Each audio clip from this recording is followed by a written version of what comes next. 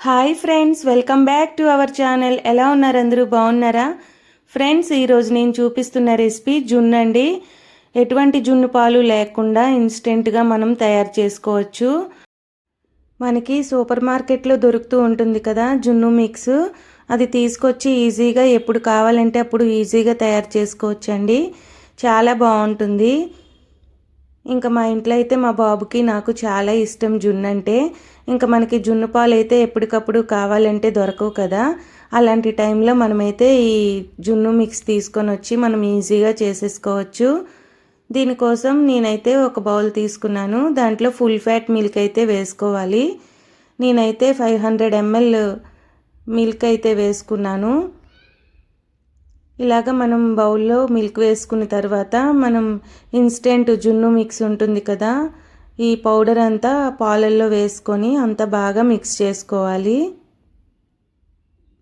ఇంక ఇదంతా బాగా మిక్స్ చేసుకున్న తర్వాత దీంట్లో నేనైతే 1/2 కప్పు వరకు బెల్లం పొడి వేసుకున్నానండి. ఇంకా దీని ప్లేస్లో మనం షుగర్ అయినా వేసుకోవచ్చు.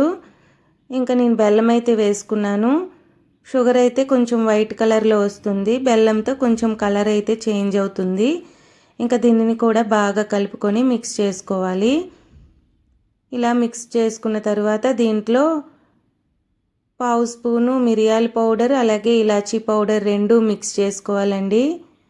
ఇంక ఇదంతా వేసి మిక్స్ చేసుకున్న తర్వాత స్టవ్ పైన ఒక బౌల్ పెట్టుకొని దాంట్లో స్టాండ్ పెట్టుకోవాలి. అలాగే దీనికి ఆవిరికి ఉడికించడానికి సరిపడా వాటర్ అయితే వేసుకోవాలండి.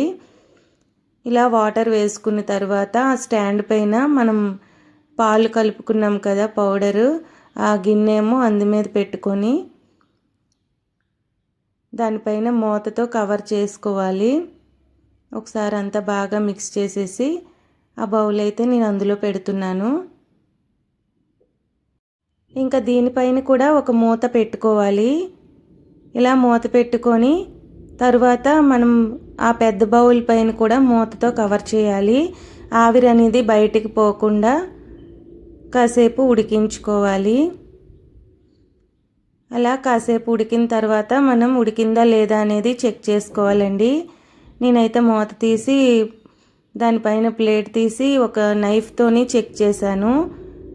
చూసారు కదా, ఇలాగా మనం గుచ్చినప్పుడు నైఫ్కి అయితే ఏమీ అంటుకోలేదు, క్లీన్గా వచ్చేసింది. అంటే జున్ను అయితే రెడీ అయిపోయినట్లే. ఇంకా ఇది స్టవ్ ఆఫ్ చేసేసి కాసేపు అయితే చల్లారనివ్వాలండి. ఇంకా నేనైతే ఆఫ్ చేసేసాను. ఇది పూర్తిగా చల్లారనివ్వాలి. ఇంకా ఇది పూర్తిగా చల్లారిన తర్వాత నేనైతే ప్లేట్లోకి తీసుకున్నానండి. నేను తీసే క్లిప్పింగ్ అయితే మిస్ అయిపోయింది. ఇంకా తర్వాత వీటిని పీసెస్లా కట్ చేసుకొని తింటే చాలా బాగుంటుంది. ఇంకా నేనైతే ఫ్రిడ్జ్లో పెట్టుకొని తింటాను.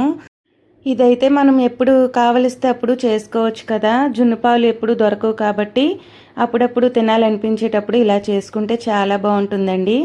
ఎవరైనా ఇప్పటి వరకు ట్రై చేయకపోతే ట్రై చేయండి, చాలా టేస్టీగా ఉంటుంది. ఈ వీడియో కనుక మీకు నచ్చినట్లయితే ప్లీజ్ లైక్ చేయండి, షేర్ చేయండి, కామెంట్ చేయండి. కొత్తగా ఎవరైనా నా ఛానల్కి వచ్చినట్లయితే ప్లీజ్ సబ్స్క్రైబ్ చేసుకోండి ఫ్రెండ్స్, సపోర్ట్ చేయండి. Thanks for watching. Bye bye.